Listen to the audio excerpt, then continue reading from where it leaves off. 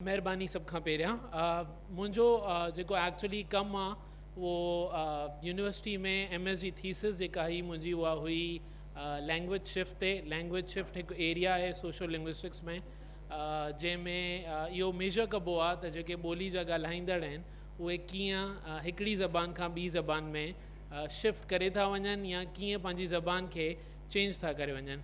त थियो ईअं 2017 खां इन ते असल में जेके इहे सिंधी ते जेको कराची में ख़ासि तौर ते कमु थियो आहे हुन में डॉक्टर माया जेको आहे 2017 में कमु कयो हो, जंहिंमें हुन मेजर कयो त सिंधी जेके ॿोली ॻाल्हाईंदड़ आहिनि उन्हनि जो छा उन ॿोली जी तरफ़ छा परसेप्शन आहे, छा एटीट्यूड आहे, त उहो इन हिकु तरह सां मेजर कयो हो जंहिंमें हुन इहा इंफॉर्मेशन पास ऑन कई हुई ऐं रिज़ल्ट्स हुन जा इहे हा त हिकु ख़ासि हद ताईं सिंधी जेके आहिनि उहे पंहिंजी ज़बान खे महफ़ूज़ रखनि था ऐं हिकु पॉज़िटिव एटीट्यूड आहे।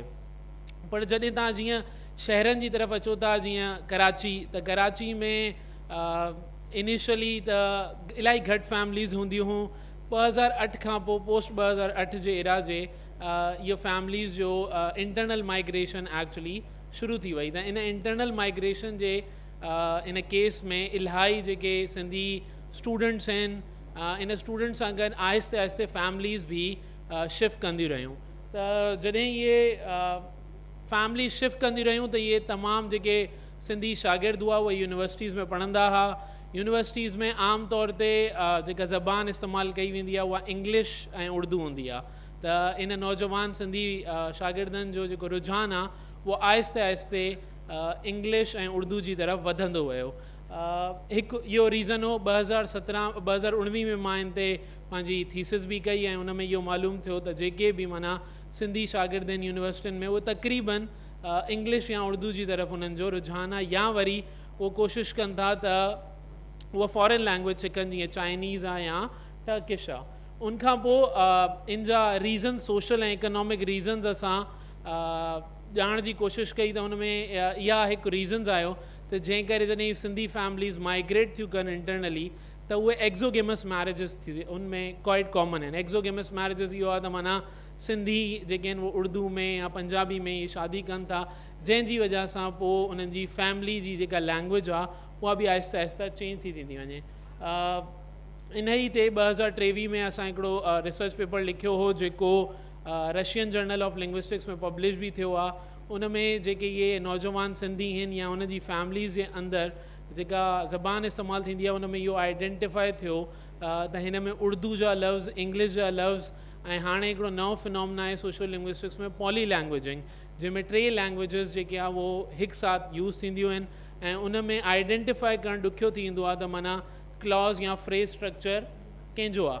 सिंधी ते जेको बि कमु थियो आहे उन में एक्सटर्नल माइग्रेशन ते वधि में वधि कमु थियो आहे। डॉक्टर माया उन ते कमु कयो आहे। सिंधी जेके मलेशिया, सिंगापुर एॾे माइग्रेट करे विया आहिनि उहे आहिस्ते आहिस्ते पंहिंजी ॿियूं ज़बानूं बि सिखनि था ऐं सिंधी खे घटि इस्तेमालु कनि था हिकु हद ताईं। कराची में इंटरनल माइग्रेशन थी आहे। इंटरनल माइग्रेशन मतिलबु जेके सिंधी फैमिलीज़ जेके आहिनि ॿियनि डिस्ट्रिक्ट्स खां कराची में माइग्रेट करे आया आहिनि त उन्हनि जी पंहिंजी जेका आहे फैमिली जे अंदरि लैंग्वेज पॉलिसी छा आहे, उहे छा कहिड़ी ज़बान ज़्यादा इस्तेमालु कनि था, कहिड़ी घटि था कनि। कराची में अगरि तव्हां रियलिटी ॾिसो त मल्टीलिंगुअल सिटी आहे। अॻु में घटि सिंधी हूंदा, हाणे तमामु वधीक आहिनि। 2008 खां पोइ मां पाण छो करे अहिड़े एरिया में रहियो आहियां जिते उर्दू पॉपुलेशन वधीक हूंदी हुई ऐं सिंधियुनि जा घर इलाही घटि हूंदा, त जनरली पेरेंट्स में बि इहो परसेप्शन हूंदो हो त असांजो ॿारु जेको आहे उहो उर्दू ऐं अंग्रेज़ी सिखे, छो करे हुनखे मौक़ो न हूंदो हो त हू सिंधी ॻाल्हाए, वधि में वधि हू घर में ॻाल्हाईंदो हो। त उनजो ड्रॉबैक छा थियो त हलंदे हलंदे जॾहिं यूनिवर्सिटीज़ में पहुता शागिर्द त ई उर्दू ऐं इंग्लिश जी तरफ़ हिननि जो रुझान ज़्यादा थी वियो बनिस्बत सां सिंधी जे।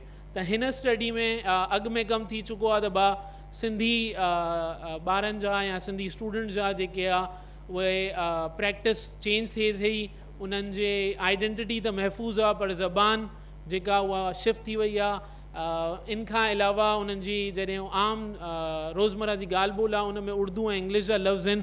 त हिन में हाणे पोस्ट 2013 हिकिड़ी सोशल लिंग्विस्टिक्स जे अंदरि ई फैमिली लैंग्वेज पॉलिसी जेका हिकु टर्मिनोलॉजी आहे जंहिंमें माउ पीउ पंहिंजे ॿारनि सां कहिड़ी ज़बान ॻाल्हाइनि था घर जे अंदरि ई।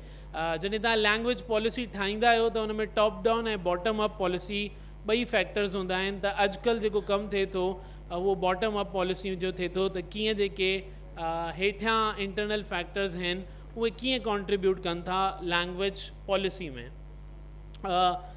हीअ हिकु क्वालिटेटिव स्टडी आहे। क्वालिटेटिव में तव्हां इंटरव्यूज़ वठंदा आहियो, डेटा कलेक्ट कंदा आहियो ऐं उनजा रीज़न्स ॾिनल आहिनि। रिसर्च जॾहिं बि तव्हां कंदा आहियो त उनजो हिकिड़ो एथिकल कंसिडरेशन हूंदो आहे।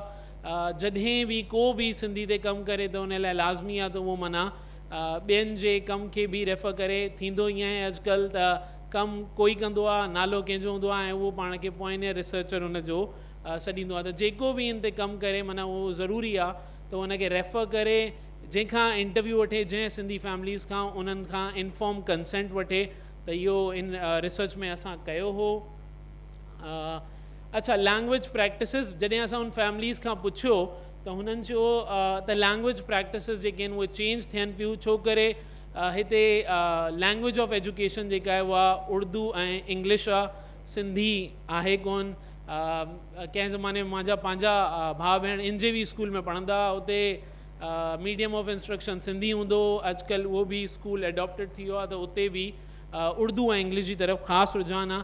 त सिंधी ॻाल्हाईंदड़ माउ पीउ बि जेके इंस्ट्रक्शन्स आहिनि, घर जे अंदरि ई जेके इंस्ट्रक्शन्स आहिनि या जेको बि कम्युनिकेशन था कनि, उहे चाहिनि था, कोशिशि था कनि त ॿार खां उर्दू ऐं इंग्लिश में कनि।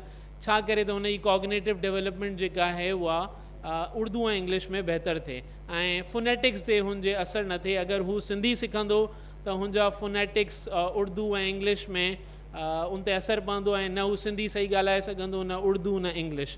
त हू कोशिशि कंदा आहिनि त रोज़मर्रा जी ॻाल्हि ॿोल जेका आहे उहा उर्दू ऐं इंग्लिश में कनि। असां कुझु वीडियो बि रिकॉर्ड कयूं हुयूं जंहिंमें सिंधी पेरेंट्स ई पंहिंजे ॿारनि खे उर्दू ऐं इंग्लिश में इंस्ट्रक्शन्स ॾियनि पिया।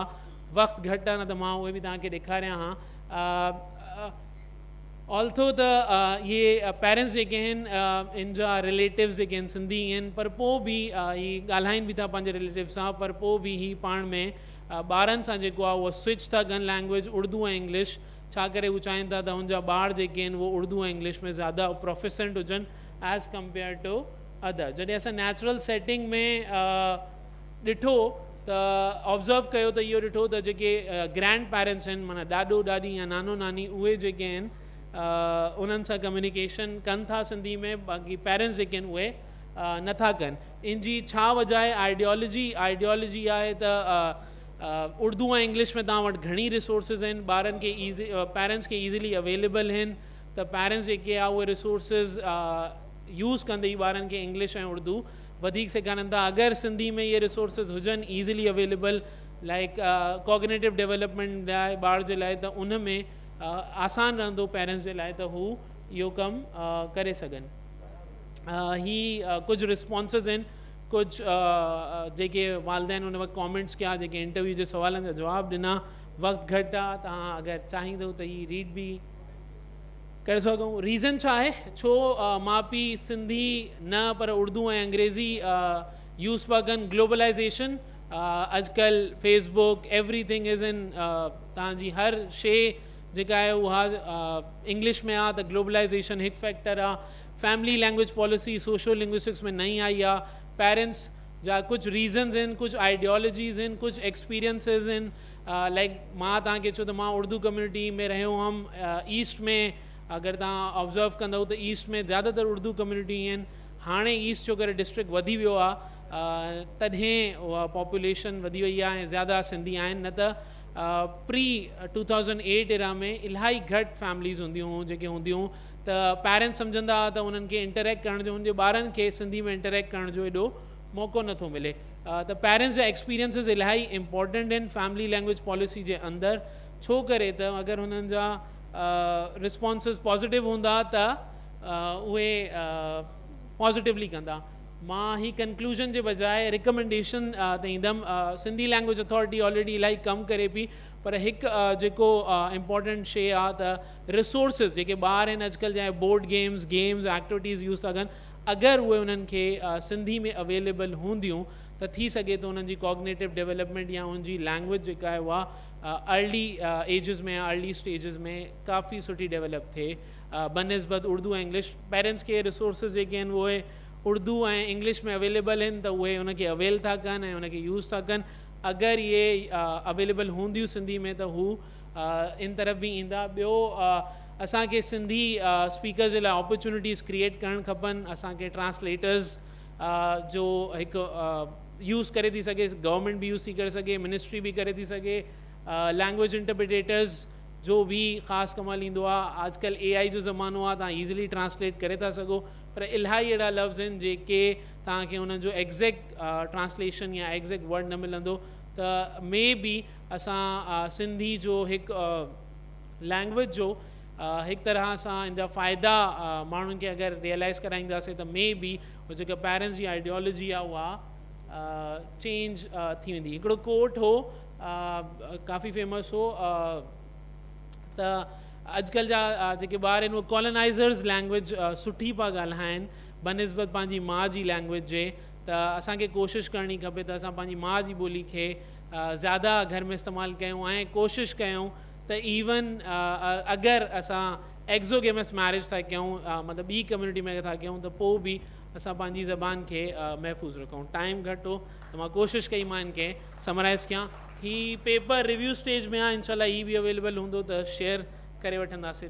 महिरबानी, थैंक यू।